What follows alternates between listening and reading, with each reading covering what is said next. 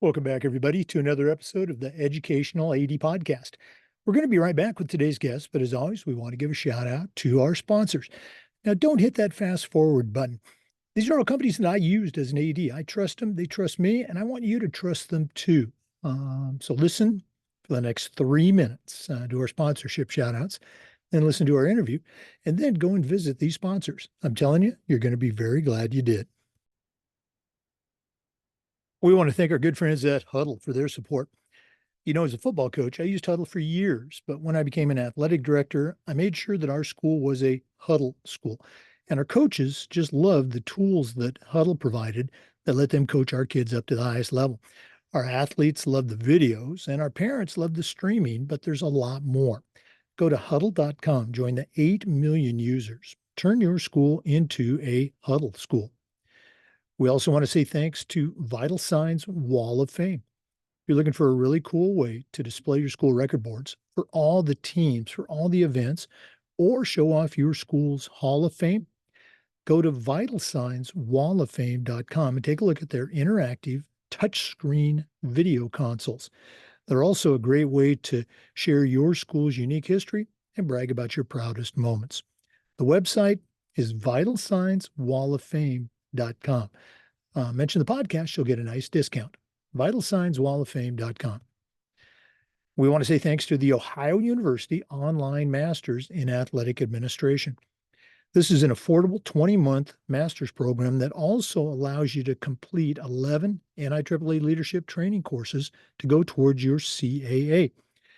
To get more information to get started, just go to ohio.edu/info/MAA, the Ohio University Online Masters in Athletic Administration. We want to thank Home Campus.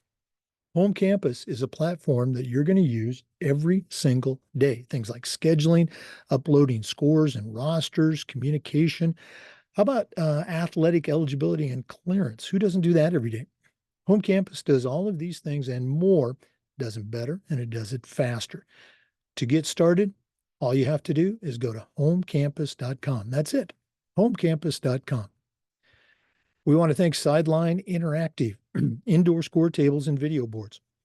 Go to sidelineinteractive.com and you can schedule a live web demo to see their products in action. Probably one of the best purchases I ever made was our Sideline Interactive indoor score table. Go to sidelineinteractive.com to see all of their great products. We want to say thanks to our good friends at Snap Raise.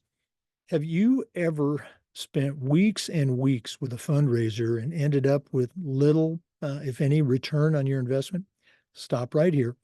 Go to snapraise.com. It's hands down the best online fundraiser out there. We used it at our school with tremendous success. Our coaches loved it. Our parents loved it, and it works. Go to snapraise.com. You can check out their other great platforms. But if you're looking for a fundraiser, you just found it. Go to snapraise.com.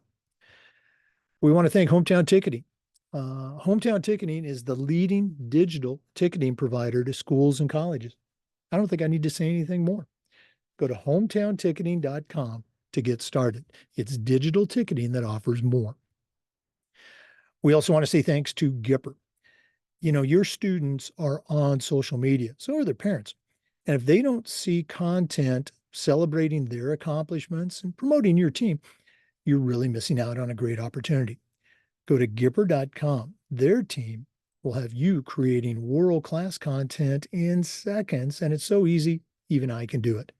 Go to Gipper.com for more information. That's Gipper.com. We also want to say thanks to Athletic Surveys by LifeTrack. Athletic directors already get feedback, but usually it's from a very small group that just wants to complain. Athletic Surveys will connect you to that group, but they're also going to connect you to the 98% of your stakeholders that support your program. And having that data at your fingertips is incredibly valuable, especially when you're meeting with that frustrated parent, maybe your principal, or even your school board. Go to athleticsurveys.com. They're going to create a custom survey that lets you take the pulse of everybody in your program. That's athleticsurveys.com. Make sure you check them out today.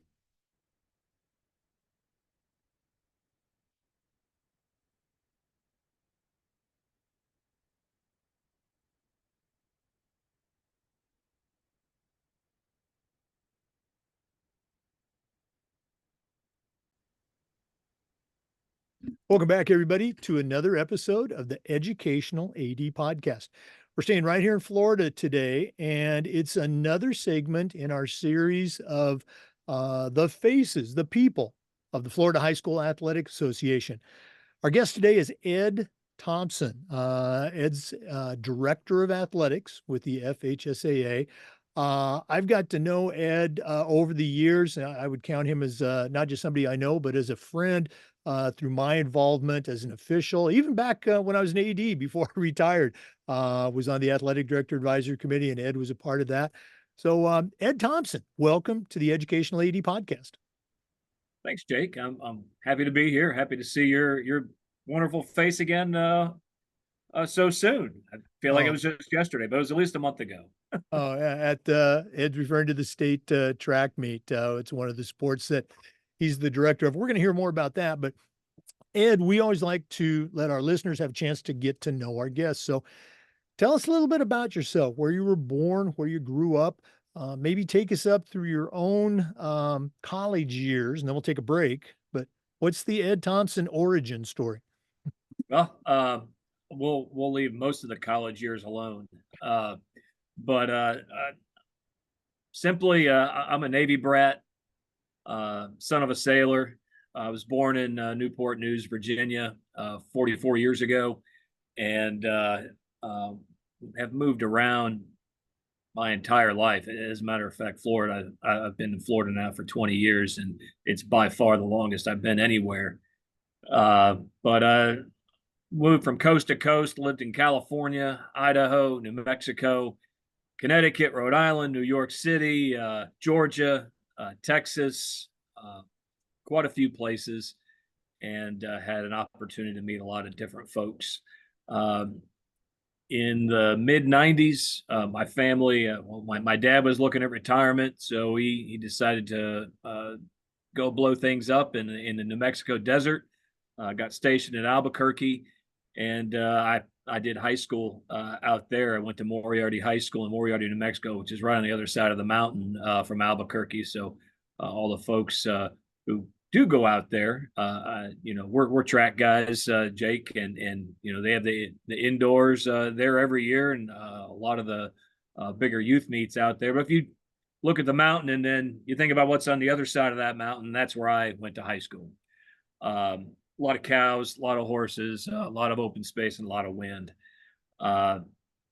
Did pretty average kid. Went to high school, did a couple of sports, did a few extracurriculars. A-B student.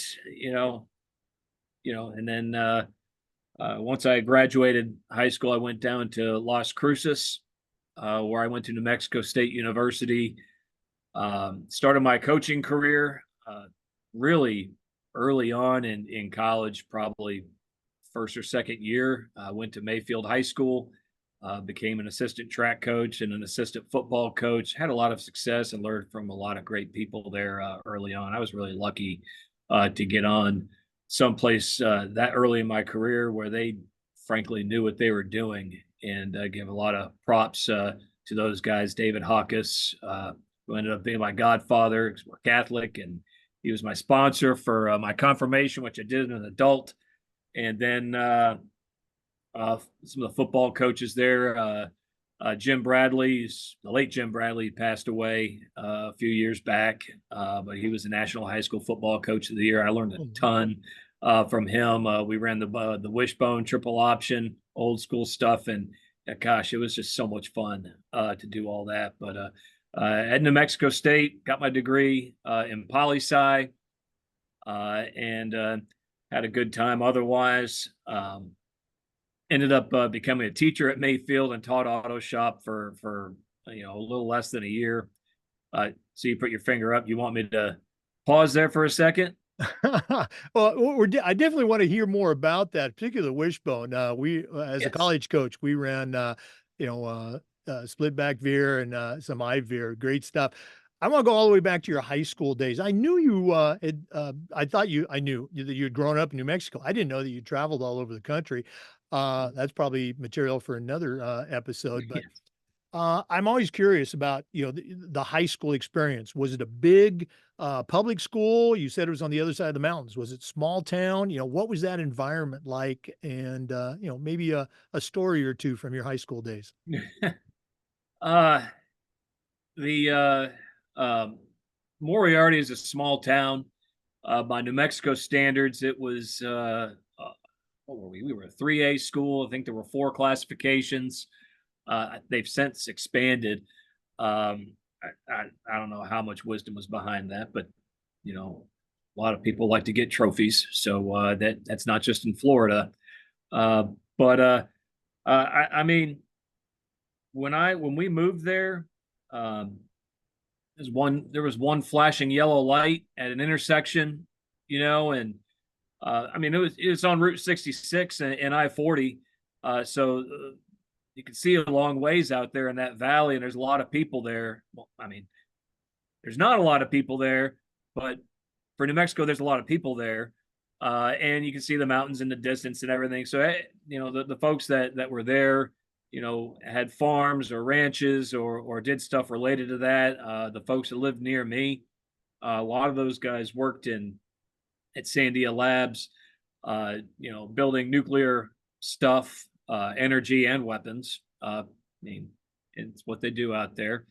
And our family, we actually had a farm, and for a time, I actually lived on that farm by myself. Me and my parents didn't always see eye to eye, so it worked out that way. But in the school itself, one horse town, the only school in town, and home of the Fighting Pintos. Um, the I started track as a freshman, and started football as a sophomore. A little late to the game. I think I started to like football a lot more after I got done with high school. I had a lot of growing up and learning to do in high school. Had the most success that I had as an athlete, as a track athlete, than a football player. Our football team wasn't very good the first few years, but the class that I was in, we, had a little bit of gumption, if you will, and wanted to not go 2-9. So we hit the weights and did a lot of things to get better. We went 6-4, missed the playoffs, off an extra point, which really stunk. It hurt a lot, but there was a lot learned, and we enjoyed our experience, and the town really came together around us, which is really good because things weren't very good. But I mean, what's interesting is that I did track my first year, but when I started playing football, I didn't want to do track anymore. I just wanted to focus on football because that's what all the cool kids did. But my coach, came to me and rather forcefully and told me that I needed to get out there and do track again, because frankly, I was just this lanky, tall kid who didn't have any muscles and wasn't very fast at all. And I didn't really have much to bring to the table. So I didn't really see the field very often unless it was a punt. So went back into it and worked hard at towards the end of my junior year. Things started to click, and I became a pretty good sprinter, and we went to the state meet, got 3 medals, was very close to being a state champion.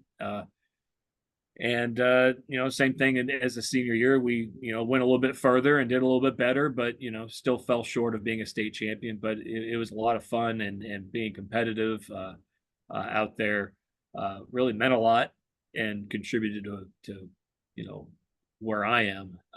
But the program I came from, it's one of the best in the whole state of New Mexico. It takes a bunch of podunk kids and makes them fast and do different things like all of our successful track coaches in this state do. They make hurdlers, and they make pole vaulters and high jumpers and do all the things, because not everybody's going to have a Noah Lyles out there running the sprints for them, racking up points. So we were well-rounded, and Joe Bailey, who was my track coach, he recently retired. Probably one of my greatest mentors, I think, in the direction that I took. But Moriarty is a great place. It gets cold in the winter, and it's really windy. But there's a lot of pretty things to look at out there. Oh, I appreciate you sharing that story. Like I said, I just love to hear about those moments that help build and shape a career. For listeners, our guest today is Ed Thompson. He's a longtime coach, also an former athletic director. He's a director of athletics for our state association, the Florida High School Athletic Association. We're going to take our first break, but we're coming back with more, so please stay with us. This is the Educational AD Podcast. We want to say thanks to our good friends at Huddle for their support of the podcast. As a football coach, I used Huddle for years, but when I became an athletic director, I made sure that our school was a Huddle school. And our coaches, all of our coaches, just loved the tools that Huddle provided that let them coach our kids up to the next level. Our student athletes loved Huddle for the videos. Our parents loved Huddle for the streaming, but there is so much more. Go to huddle.com, join the 8 million users, and turn your school into a Huddle school. We also want to say thanks to Vital Signs Wall of Fame. You're looking for a really cool way to display your school record boards for all the teams, for all the events, or show off your school's Hall of Fame. Go to vitalsignswalloffame.com. Take a look at their interactive touch screen. That's right, touch screen video consoles. It's also a great way to share your school's unique history and brag a little bit about your proudest moments. The website is vitalsignswalloffame.com. Mention the podcast, I'll give you a nice discount. vitalsignswalloffame.com. Welcome back, everybody, to the Educational AD Podcast. Ed, you mentioned in the previous segment that you got an early start with your coaching career.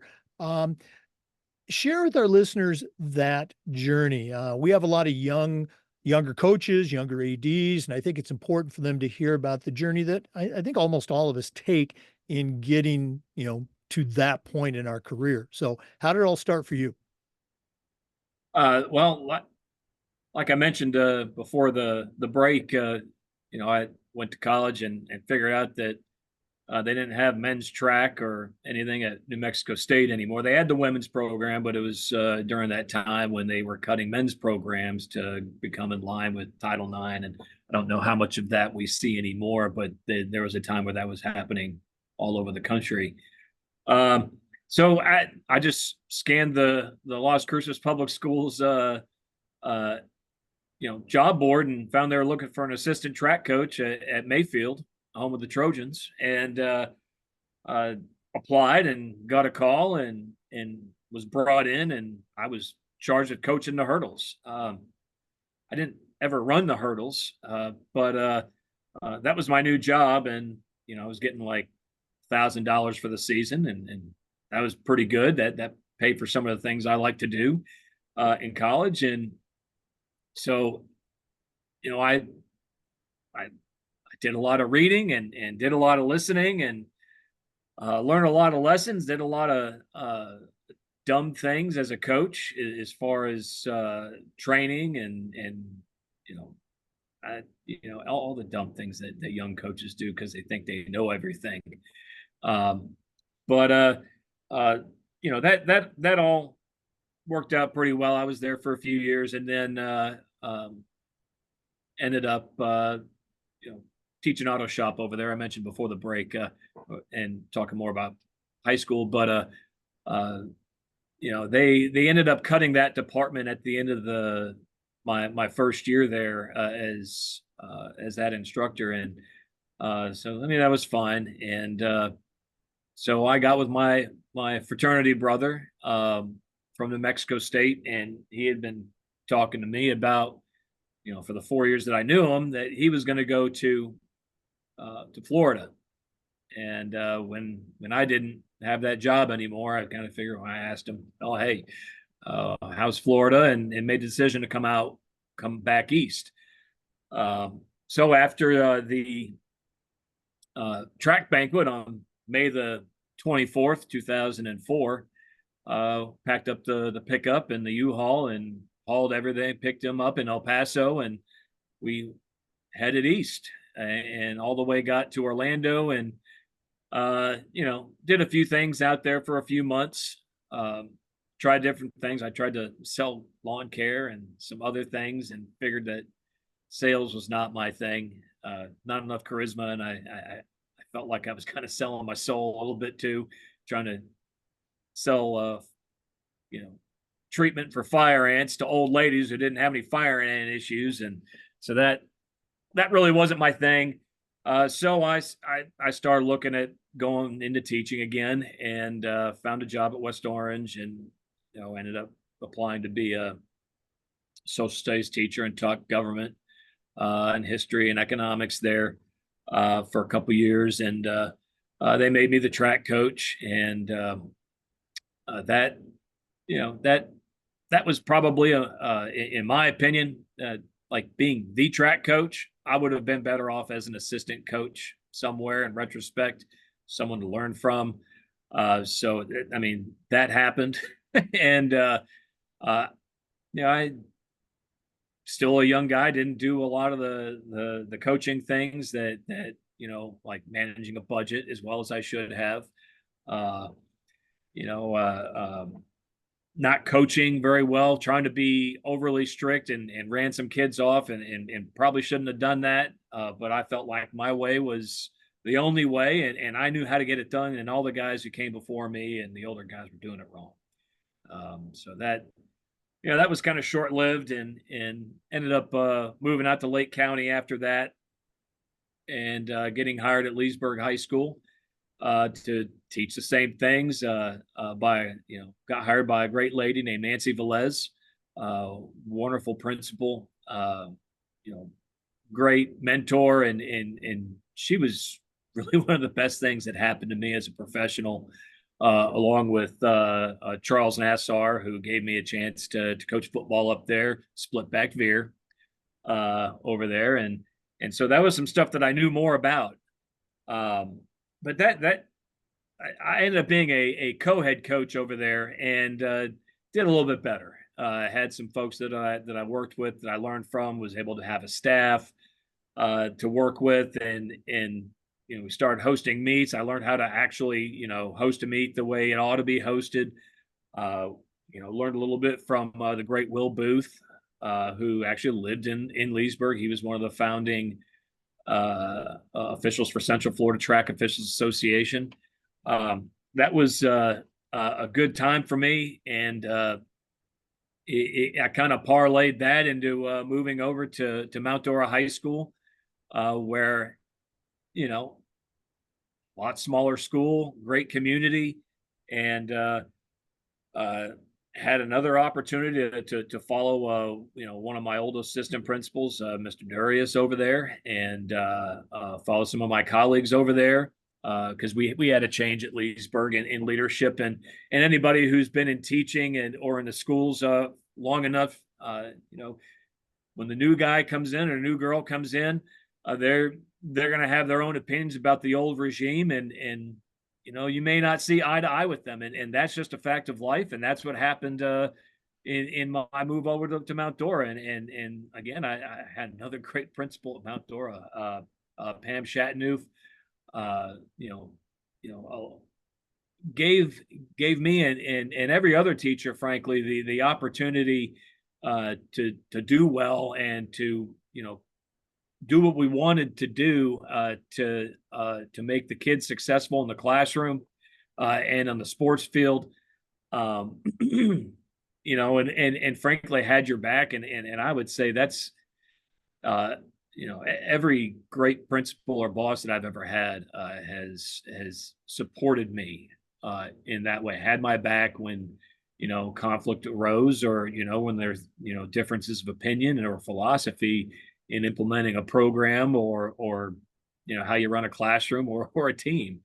But I was really lucky to have that with Pam and some of the others there. And forgive me, there are lots of names that I would love to mention, but this isn't an award speech, so I can move on from that. They know that I appreciate them a lot. But they they provided the opportunity, because I didn't even think about being an AD at that point when I moved over there, but I was asked to do it because I decided to go get my master's in sports administration from, and I see the ad behind you, from Ohio. And I'll plug Aaron Wright's program over there. He's a great facilitator and leader of that program, and I'd recommend anybody to do that. Great dude and great program. Met a lot of people in that program from all over the country that I still have contact with. But after that, got to be an AD there.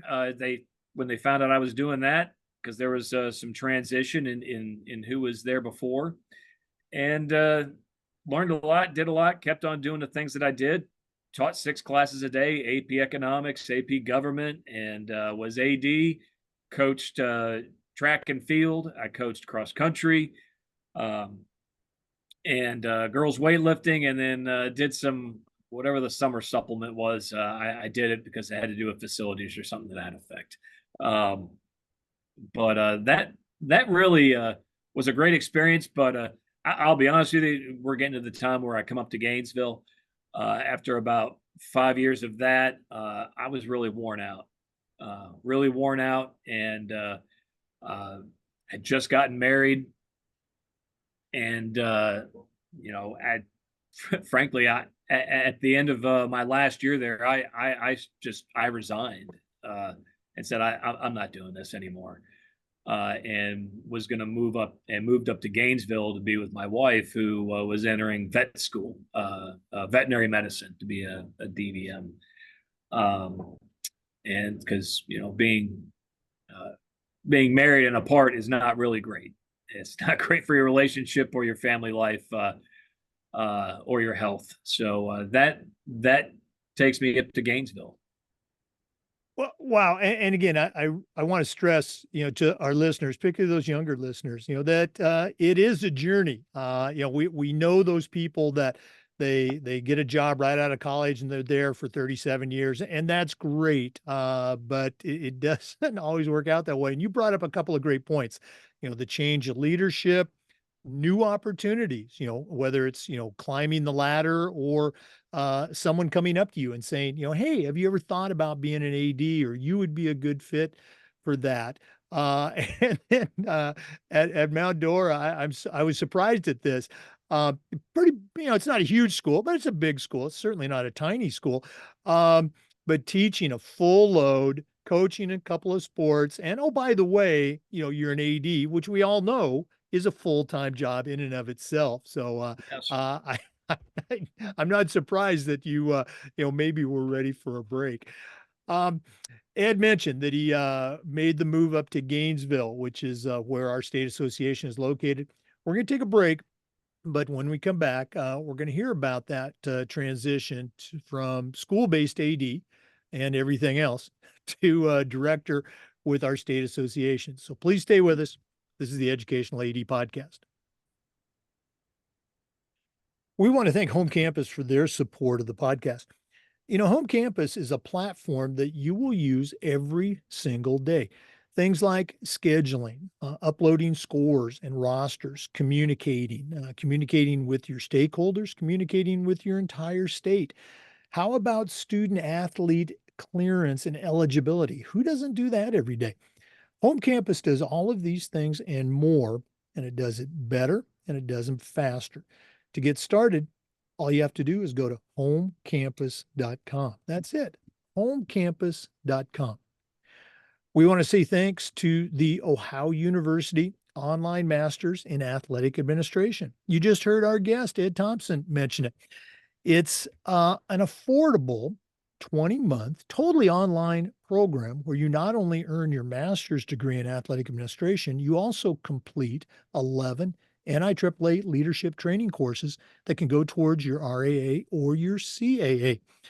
You're also going to become part of a nationwide network in athletic administration. To get started with this program, all you have to do is go to ohio.edu/info/MAA, the Ohio University Online Masters in Athletic Administration. We also want to thank Sideline Interactive, indoor score tables and video boards. go to sidelineinteractive.com. You can schedule a live web demo to see their score tables and their score boards in action. Probably one of the best purchases I ever made as an AD was our Sideline Interactive indoor score table. We use it for home games, of course, but we also used it for pep rallies, for signing ceremonies. Their products are tremendously versatile, and their customer service is just outstanding. Go to sidelineinteractive.com to get that live web demo scheduled. Sidelineinteractive.com. Welcome back, everybody, to the Educational AD Podcast. Our guest is Ed Thompson. He's a director of athletics at the Florida High School Athletic Association. Ed, you shared with our listeners your journey as a teacher, as a coach, and as an athletic director, but you made the move to our state association. How did that come about? Did you just see an ad? I know you wanted to move to Gainesville to be, with your wife, but how did you, become a director at the FHSAA, and what are some of the things that you've done in your time there? Well, it's one of those right place, right time opportunities. I'd say I quit my job at Mount Dora, resigned, and had begun the process of moving up. I'll be honest with you. I was ready to throw on an orange apron or a blue apron and go buck lumber at Home Depot or Lowe's, and I think I would have been happy doing that because I like building things and doing that stuff. But I think that they posted an ad, and they as an FHSAA staff, they posted an ad for the director of track, girls basketball, and golf. And they had also posted an ad for football, boys basketball, and there was another sport there. And I applied for both. And FHSA is notoriously slow in this process, and I didn't know that. But so I applied, sent in my stuff, and didn't hear much. I actually applied for a few other places, interviewed at a few other places, and in retrospect, I feel like every one of those places that didn't call me back made a mistake. But I ended up getting hired at St. Francis here in Gainesville to teach like 12 subjects because it's a very small school, and probably to help coach athletics, probably 17 or 18 sports too, because everybody's a jack of all trades at schools like that. And somehow, some way, I was flabbergasted that somehow I was going to teach language arts, and religion, a few other things like that. But anyway, that happened. I started preparing. I had a stack of books this high, and ended up, I had a vacation planned that summer in, I guess, late June. And me and my wife were going to fly out to Vegas and go see the Grand Canyon and Death Valley. And because we love the outdoors, and we do that stuff as much as we possibly can.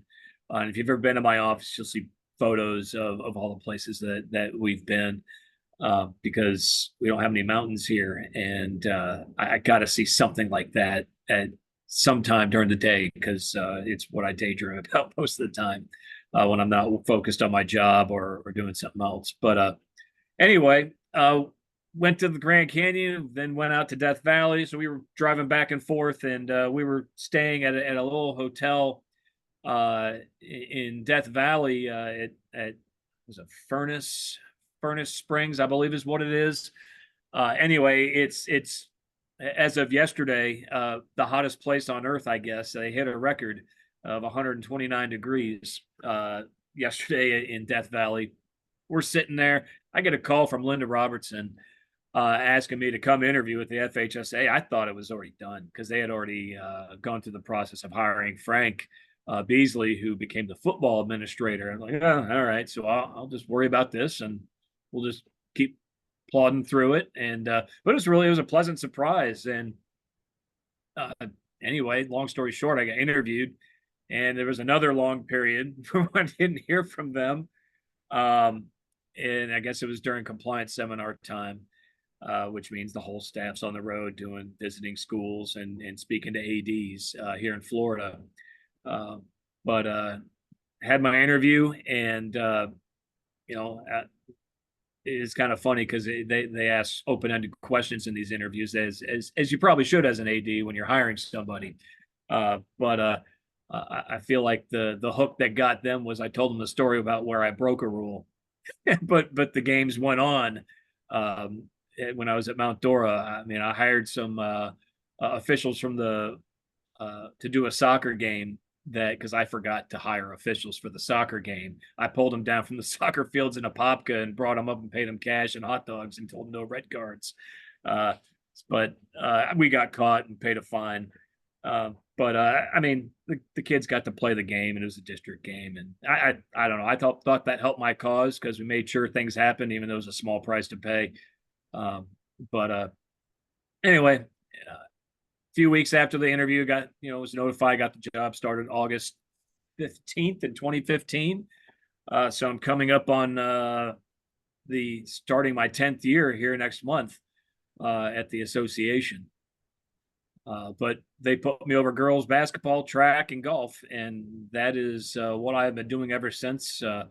I have accumulated boys basketball when Frank left, but it's just been those three things. And I like to say and I know that when they give people advice about talking about interviews, or especially job interviews, you should tout yourself. But everything that we do is in this business, in my opinion, it's a we. There's some leadership involved, but there's a we, and there's got to be buy-in. And I think that those three sports, since I've taken over, have come a long way. But that's where we're at. No, I appreciate you sharing, particularly that story during the interview. I think it shows, one, transparency. Hey, I screwed up. You had a reason for doing it. And it wasn't particularly egregious, I guess. But again, we all learn from. We learn more from those mistakes sometimes than from the victories. We're going to go into more FHSA stuff in our next segment. But for you, there's that expression, we use it in the AD world a lot. I'm sure other professions use it. You don't know what you don't know. Coming in as a director of those sports, and this is, scheduling, classifications, championships, day to day. What were some things that kind of surprised you about your new position with FHSAA that you really didn't see coming? Well, there was a lot. It was a culture shock for me personally. I mean, you come from a school, and you deal with a lot more salt of the earth types when you come from a school. And I mean, you just deal with everybody in the community, everybody in the school, and everybody's really different. And frankly, everybody's really opinionated. The people you work with. When I got into the office, I mean, there's a little bit of a higher expectation of professionalism in that role, and frankly, that was a little bit of a shock to me, because coming from being a teacher, and teachers are teachers, and teachers do teacher things and complain about teacher things, and so do coaches, as we know, because we go to the FHSAA, and you go to the hospitality room and you talk, and things are very unfiltered. In the office initially, and I'm not going to say it's like that now, because I think things have changed over the years. But when I came in, and the filter was on, and it was a sterile environment, and I wasn't sure what I could say or what opinions I could share. I was really worried about that. It's like, well, if I say this, I'm gonna get fired, and then I'm gonna be back in the classroom. Great. Um, but it it it was like that because there's a lot of eyes on the association and a lot of eyes on the folks who work there at all times. Frankly, you talk about being on stage as an AD or as a teacher. When you're in the state office in a state like Florida, where everybody's a cynic and suspicious of the state association's motives, uh, you're always on stage. I mean, with everything, whether you're at Publix, online or wherever. I mean, you really got to watch what you say because it reflects the association. Because I mean, we're human, and our personal opinions do not always align with the company, and that's fine, not a big deal. But we're all moving in the same direction, I believe, in our office, and we're all striving to attain the ends that currently that Mr. Damon has set. And back then it was Dr. Deering, and after that it was Mr. Tommen, and they had their goals and objectives, and they're the leaders, and our job was to support those ends, and we did that. And Doc had a very specific way of running things, which led to that environment, and that was fine because the association, if I recall, when I was in the state at the time, and so were you, we had just come out of 2008, that recession and the housing crisis, and with property taxes funding everything in our state, in our education system, we had some issues because teachers were being let go and so on, and we were already shorthanded.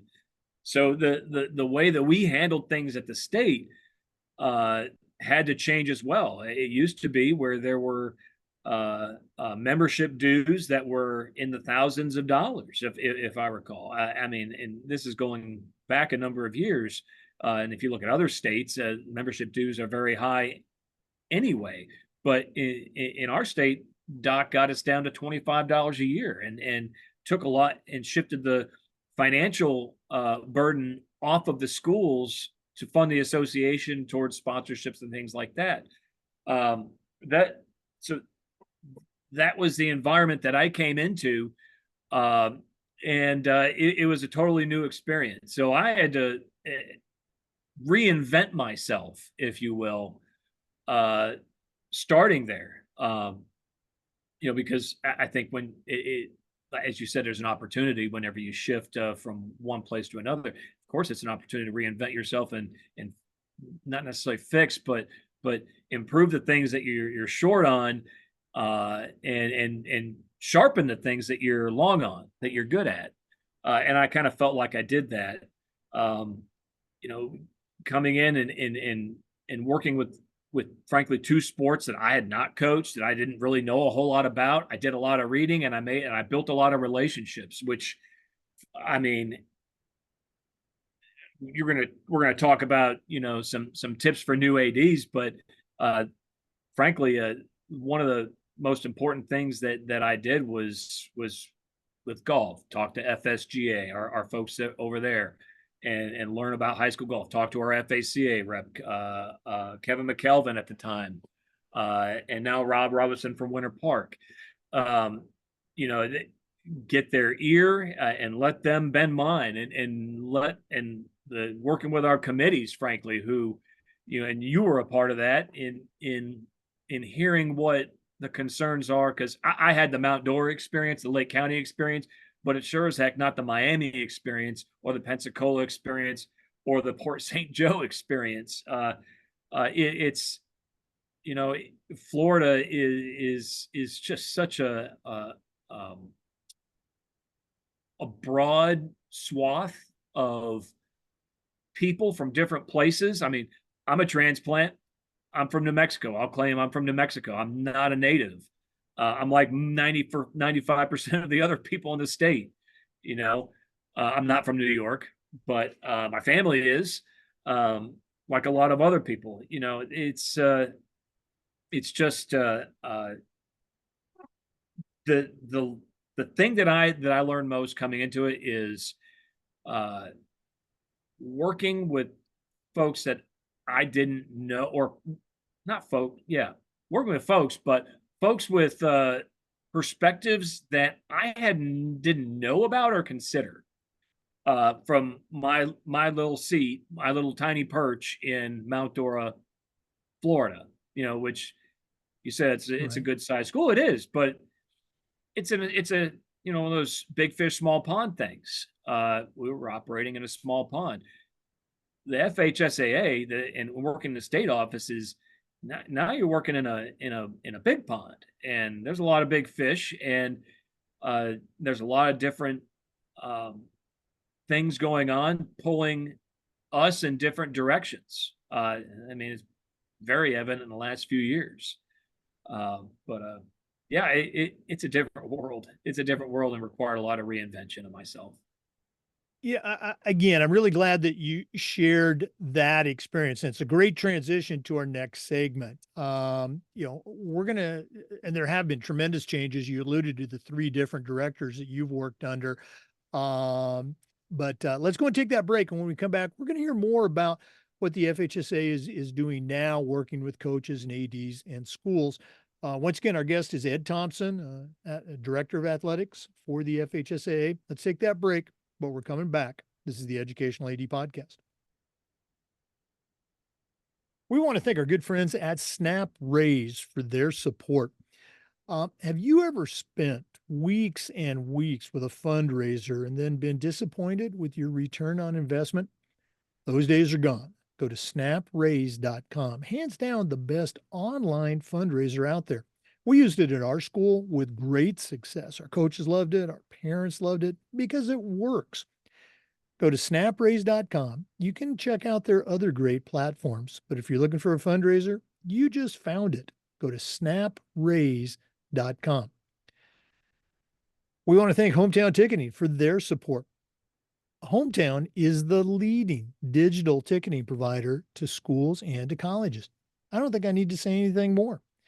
Go to hometownticketing.com. It's digital ticketing that offers more. We want to say thanks to our good friends at Gipper. Your students are on social media, and if they're not seeing content that's celebrating their accomplishments and promoting your program, you are really missing out on a great opportunity. Go to Gipper.com. Their team will have you creating world-class marketing content in seconds, and it's so easy, even I can do it. Go to Gipper.com. Mention the podcast. You'll get a nice discount. Gipper.com.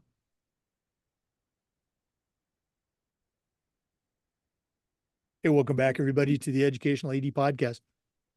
Ed, you mentioned in the previous segment, you've been at the FHSA office now as a director for 9 years, but prior to that, you've been in Florida for a long time as a teacher and a coach. I came to Florida in 2000. And I remember those days when I first came to Florida, that the FHSA was all powerful, and it was more about regulation and fines and that sort of thing. Yes, they did the championships, et cetera. Uh, they've gone through some leadership, and you mentioned, Dr. Deering coming in and getting the sponsorship to take the financial burden off of schools. And the subsequent leadership, which now we have with Craig Damon. The FHSA, and again, this is for our listeners, it is no longer, I would say, that all powerful evil empire that some coaches and ADs used to think. In part because of leadership, but in part because of things our state legislation has done. Again, if you're not from Florida, you hear about NIL. Well, Florida's had the transfer portal for a number of years now. Kids can transfer at will, basically, to other schools. So it's a different climate. Ed, I want you to share with our listeners some of the, I guess, for lack of a better word, educational and partnership initiatives that have come into play from the FHSA office over the last couple of years. It's no longer, I think there's probably still a few ADs or coaches that see the FHSA in an adversarial position, but it really isn't. I'm telling you, it is not. What are some of the things that the FHSA has done to help bring it closer and more of a partnership?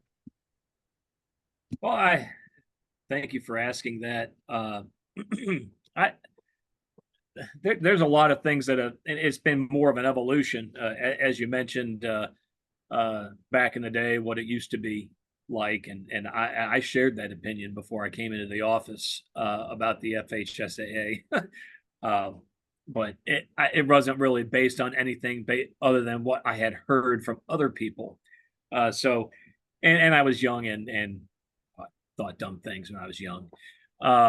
But uh, gosh, Lee, there's a lot of things that we do. I'll start with this. Our office, our current executive director, has walked in the shoes of every coach and AD and teacher out there in our state. He's done it, and that's a perspective that.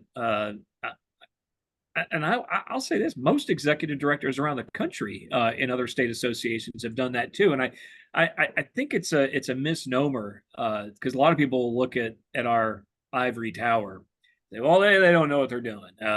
They just sit up there in Gainesville and do these things. And well, I told you about what I did. And I can tell you there's a handful of other people in our office who have done very similar things that I have done and have walked in the shoes of folks. So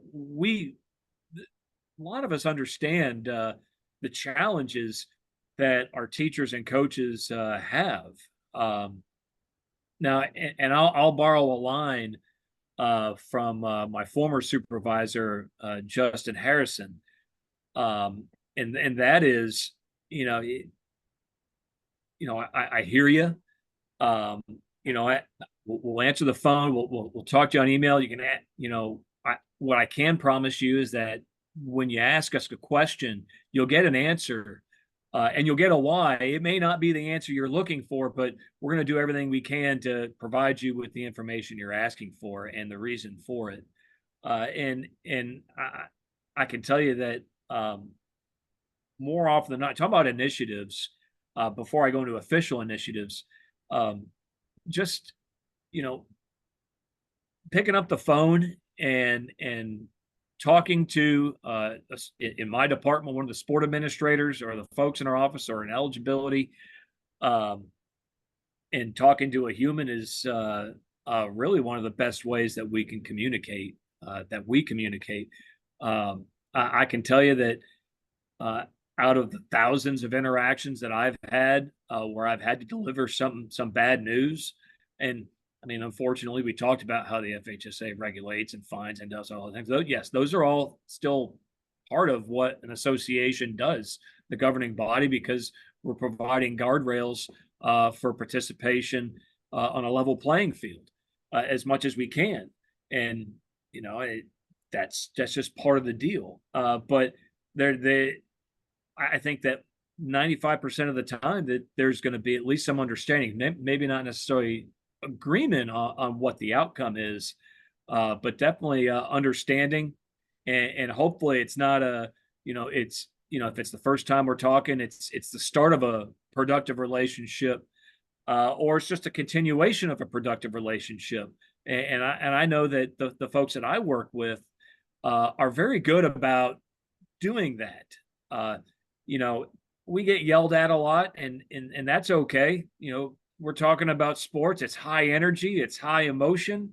And we're talking about kids, and people care a lot about their kids. So it's perfectly natural to be invested to that degree and be upset about something that you may not agree with, something that's perceived as unfair. But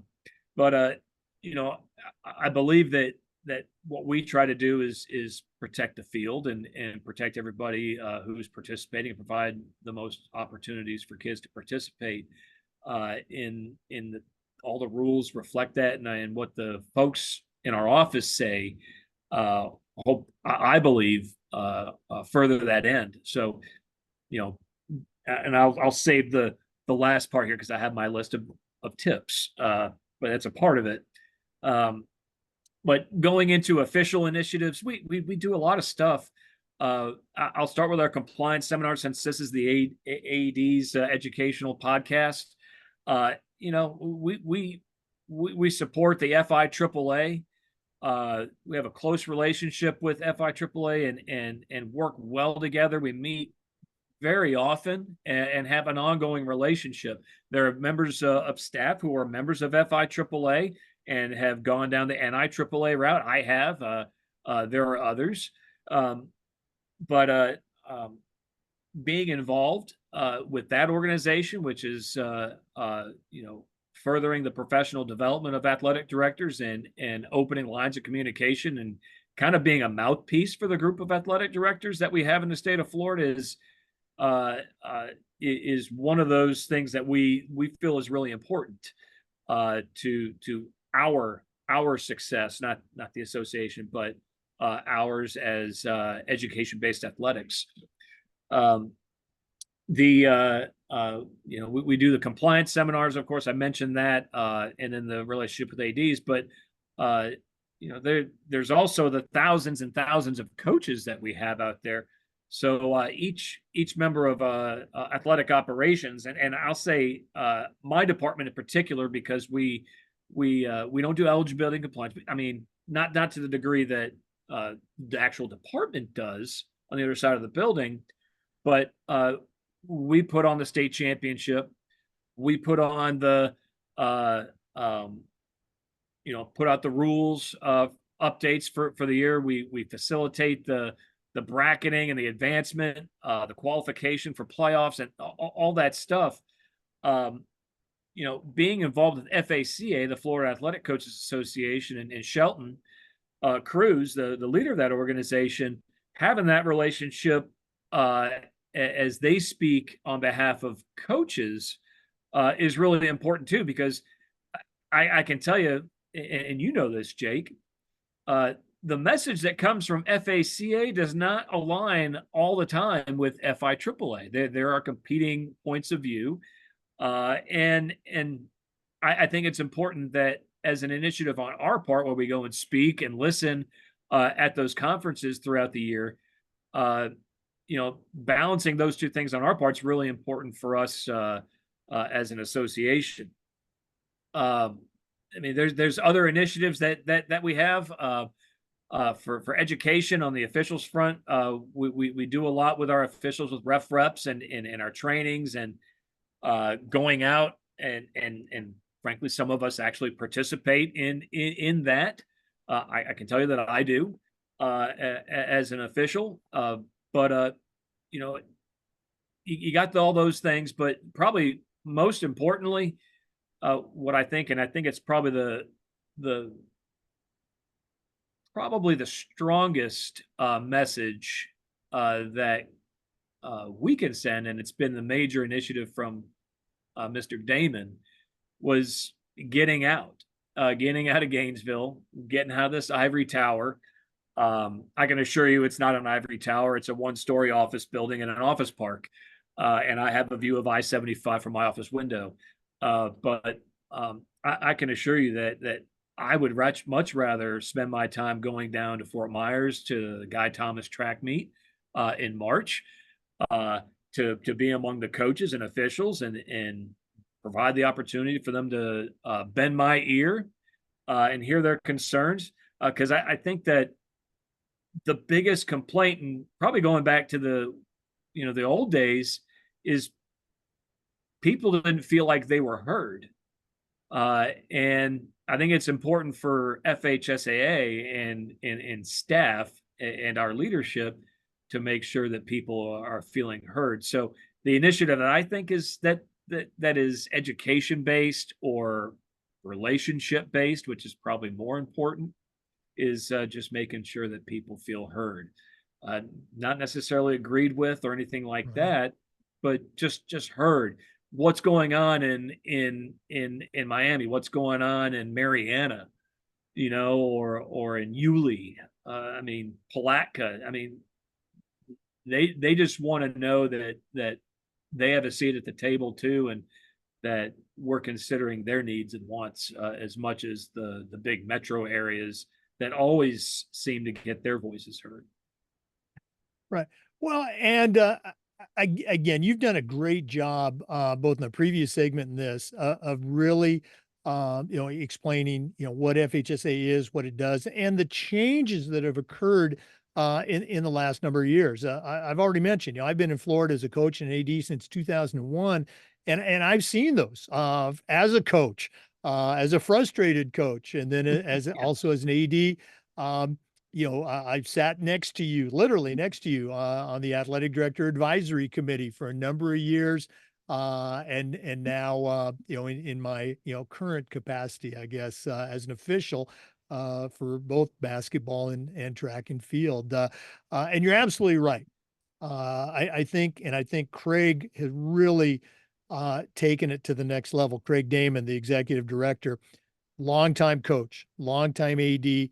I think not that the other directors didn't, but I just think he has taken it to a next level of building those relationships. And you're absolutely right.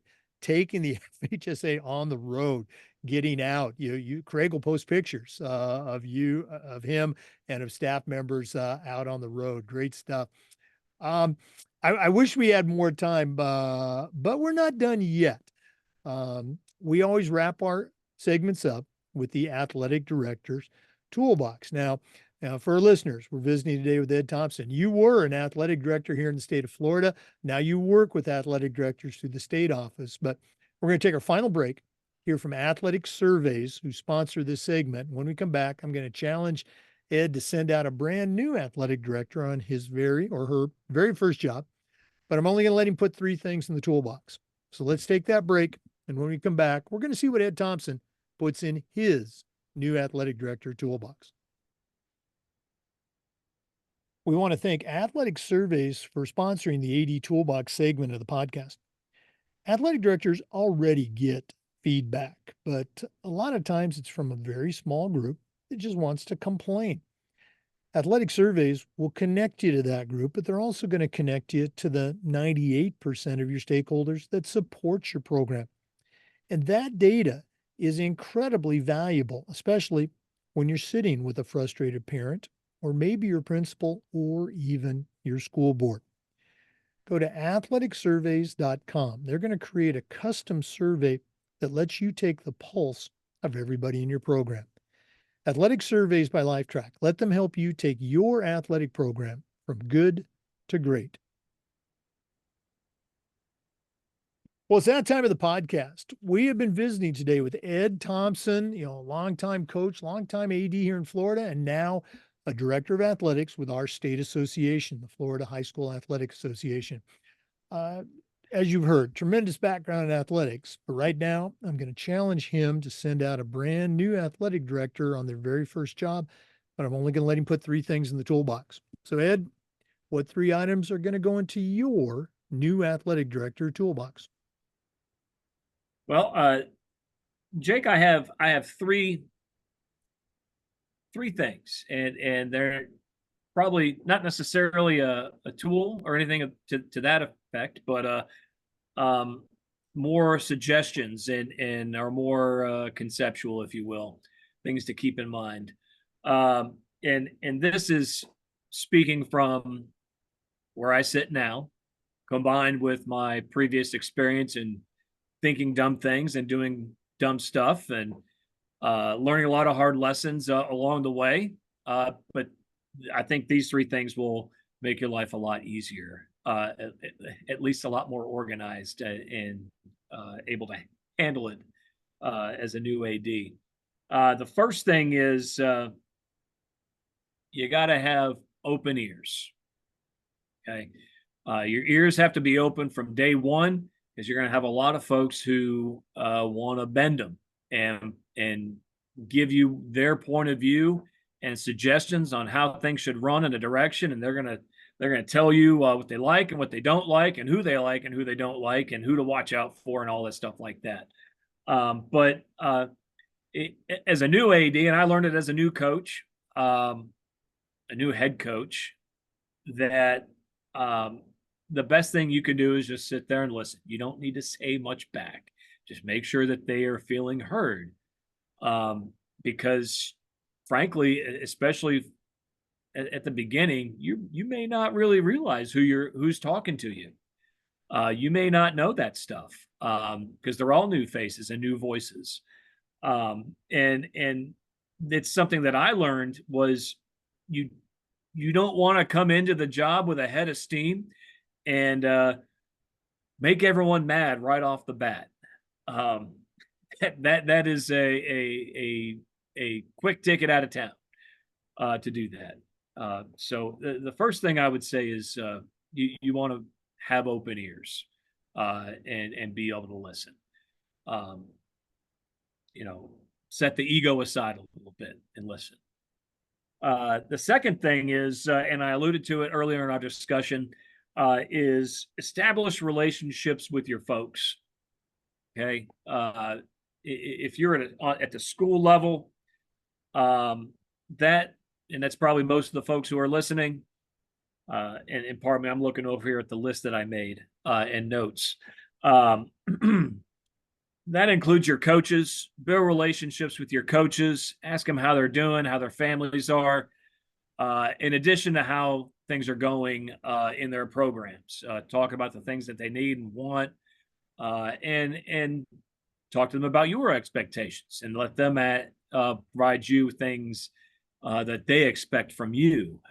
Real important. Do the same thing with your administrators. I mean, it's important to have a good relationship with your boss. They sign your check.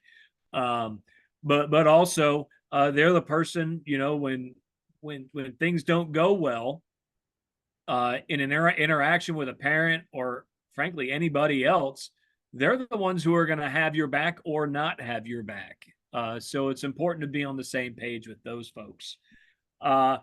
Officials, also, you need to have a relationship with your officials that come and work your games. In Lake County, where I was at, I needed to have a relationship with each one of those assigners and make sure that they had our schedules. Because I mentioned before, I didn't schedule officials. If I tried to pass the buck on that one, it was just going to make them mad, and they wouldn't even want.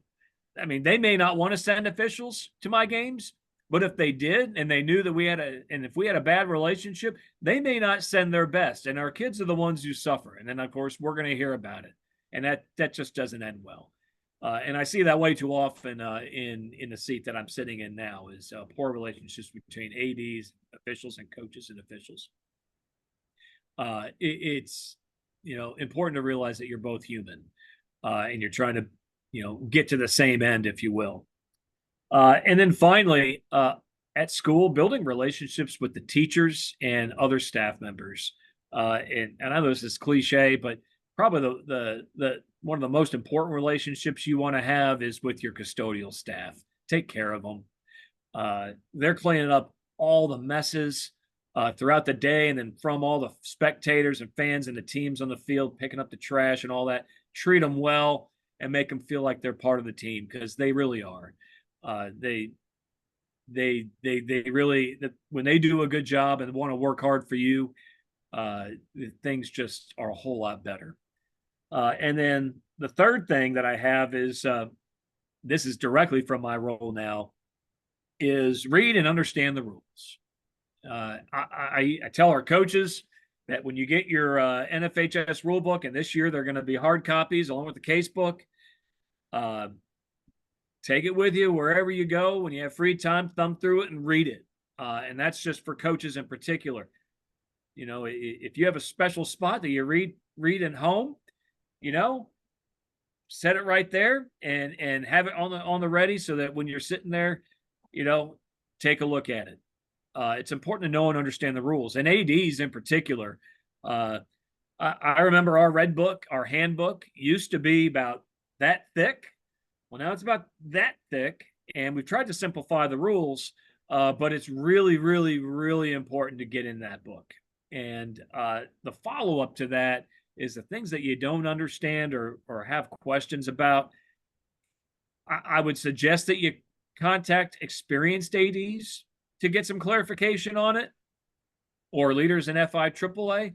But all due respect to those folks, they do well too. And a lot of the time, the FHSAA and other state associations will leave their heads spinning too with the things that get put into the book.